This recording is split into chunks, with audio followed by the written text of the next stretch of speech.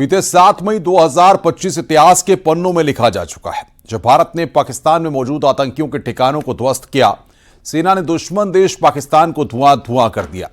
भारतीय सेना के साथ साथ देश के एक नागरिक के लिए 7 मई गौरव का पल था। सेना ने ऑपरेशन का नाम सिंदूर रखा और इसी ऐतिहासिक पल के दिन भोपाल के एक परिवार में जन्मी बेटी का नाम सिंदूरी राफेल रखा गया।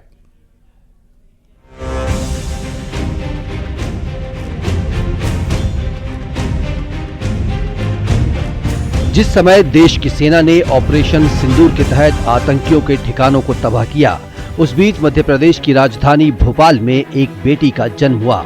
एक तरफ मिशन सिंदूर के तहत जवानों ने पाकिस्तान में घुसकर आतंकियों पर प्रहार किया, तो वहीं दूसरी ओर इस बेटी के नाम पर पूरा परिवार खुशी से झूम उठा और नाम रखा गया सिंदूरी राफेल।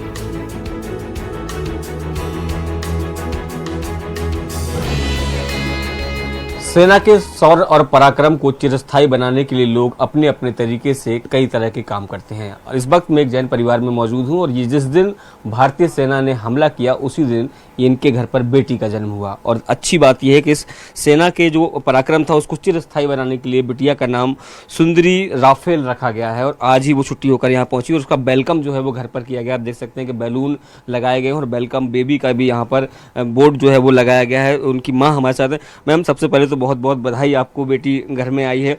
कैसे ये मन में विचार आया कि इसका नाम ऐसा रखा जाए कि सेना का शौर्य हमेशा याद रहे आप लोगों को? ये उसके दादा के दिमाग में सबसे पहले आया कि मुझे हमारे घर में जो लक्ष्मी जी आई है उनका नाम हम सिंदूरी राफेल रखेंगे, क्योंकि वो जिस दिन आई गई है उस दिन मोदी जी ने सिंदूर ऑपरेशन किया था। उन्होंने सेना को आदेश दिया था और भगवान ने उसी दिन हम लोग को बेटी दी है, तो उन्होंने कुछ सोच समझ के ही हम लोग को बेटी दी होगी। परिवार का कहना है कि जिस तरह राफेल ने दुश्मनों को अपनी गर्जना से कंपा दिया, उसी तरह ये बेटी भी बड़े होकर देश की रक्षा करे।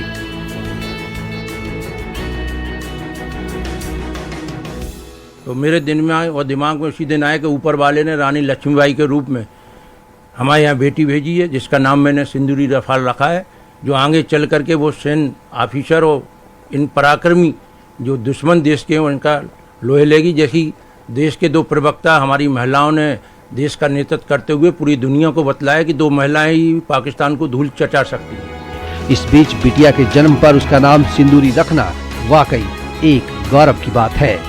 न्यूज़ 18 के लिए भोपाल से शैलेंद्र सिंह की रिपोर्ट। भारत पाकिस्तान के बीच सीजफायर के बाद अब धीरे धीरे हालात सामान्य होने लगे हैं। पाकिस्तान की आतंक धोखेबाजी की आदत की वजह से एलओसी पर रहने वाले लोग सतर्क हैं। एलओसी के पास उरी से न्यूज़ 18 की सुपर एक्सक्लूसिव रिपोर्ट देखिए।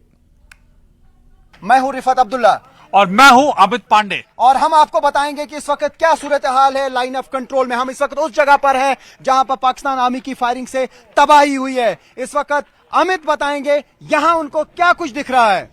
देखिए, ये पूरा ये जो शेल है ये आया था और ये घर यहाँ पर तबाह हुआ और लोगों में एकाएक अफरा तफरी मच गई और लगातार पाकिस्तान की ओर से यह गोलीबारी की कोशिश जारी रही है। देखिए कितना ज्यादा नुकसान यहाँ पर पहुंचा है और जो शेल्स हैं वो सीधे आके यहाँ पर गिरे। अगर इसमें कोई होता तो उसको बहुत ज्यादा क्षति होती, बहुत ज्यादा उसको नुकसान पहुंचता। और अब यहाँ पर जब शेल गिरा है तो आगे या पुलिस जो स्थानीय पुलिस है और अन्य लोग हैं उनका जांच का सिलसिला लगातार जारी है। लेकिन पाकिस्तान के इस धोखे के बाद जो उरी सेक्टर में लाइन ऑफ कंट्रोल के पास का एरिया है वह वहां पर यह खामोशी, यह सतर्कता और यह संशय यह लगातार ये देखा जा सकता है।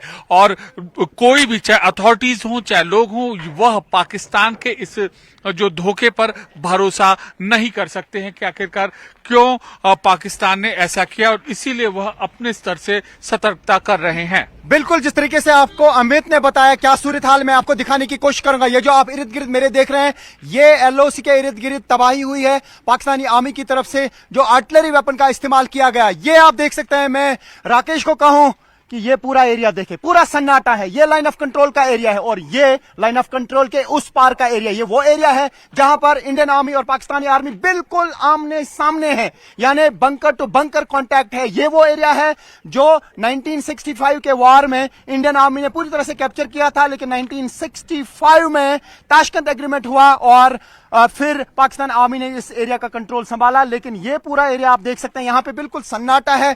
मैं समझता हूं कि यहां पे अभी हमारे विजय राकेश नेगी, अमित पांडे और मैं हूं, और ये पूरा एरिया जो है इसमें सन्नाटा छाया हुआ है। अभी लगातार तनाव बना हुआ है। हालांकि अब क्या भरोसा किया जा सकता है सीज फायर पर, यह कह पाना मुश्किल है। हालांकि लोग काफी खुश थे जब सीज फायर हुआ, उनको लग रहा था कि वो वापस घरों की तरफ लौटेंगे, लेकिन यहां पे अब उड़ी इलाके में प्रशासन लोगों को आने नहीं दे रही है, बल्कि जो भी इन इलाकों में लोग हैं उन्हें वापस भेजा जा रहा है।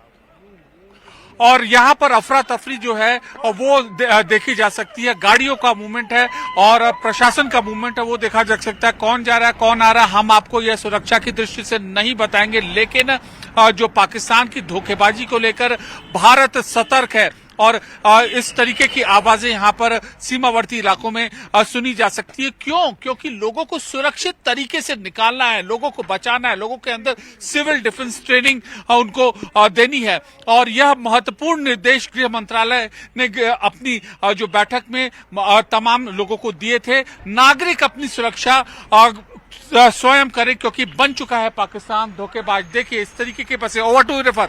अभी ये आप जो बसेस देख रहे हैं, आप देख सकते हैं किस तरीके से अब बसेस को लाया जा रहा है, प्राइवेट स्कूल्स की बसेस को, ताकि जो लोग यहाँ पे ऑलरेडी हैं उनको भी इवैक्यूएट किया जा सके। यानी सीज फायर पर भरोसा नहीं किया जा रहा है एडमिनिस्ट्रेशन की तरफ से, क्योंकि उन्हें मालूम है कि कभी भी भरोसा टूट सकता है। जिस तरीके से कल शाम को भरोसा टूटा और उसके बाद अफरा तफरी मच गई। श्रीनगर में लगातार धमाके हुए क्योंकि हर किसी ड्रोन को इंटरसेप्ट किया जा रहा था, हवा में ही ड्रोन्स को नष्ट किया गया। ये वो गाड़ियां हैं जिनमें शायद इस इलाके के उन लोगों को वापस लिया जाएगा जो अभी भी इन इलाकों में रहते हैं। यानी भरोसा सीज फायर पे नहीं है।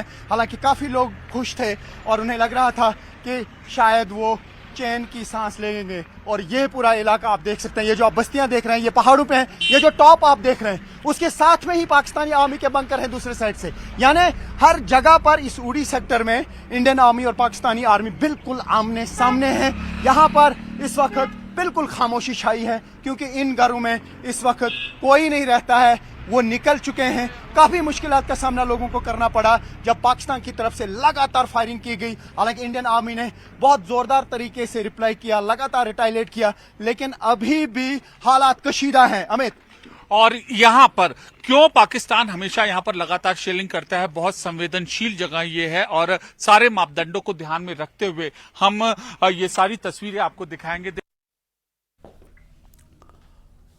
रुक रहे हैं ब्रेक के लिए। खबरों का सिलसिला लगातार जारी है।